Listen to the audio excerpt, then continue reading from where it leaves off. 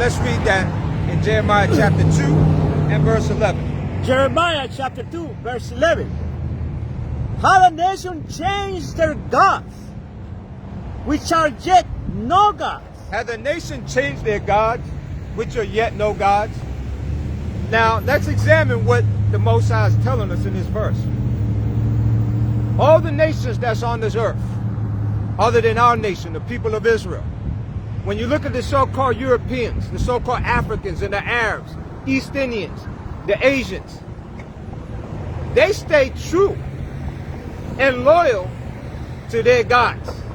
They don't turn from one God to another God. They remain faithful and loyal from one generation to another, to the next.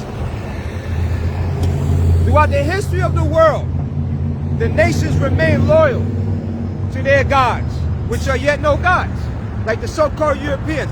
They will forever continue to worship their God as a white God, or a white Christ with blonde stringy hair, blue eyes.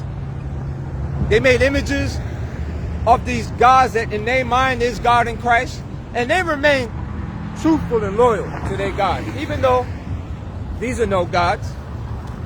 What about the so-called Africans and Arabs? They continue to worship the gods that they worship throughout the history of their people, from one generation to another to another. The Arabs, they continue to worship Allah.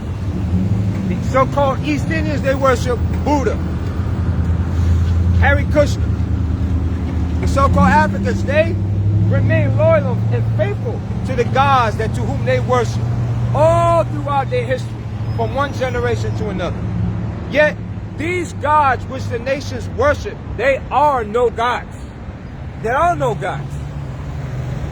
Read on.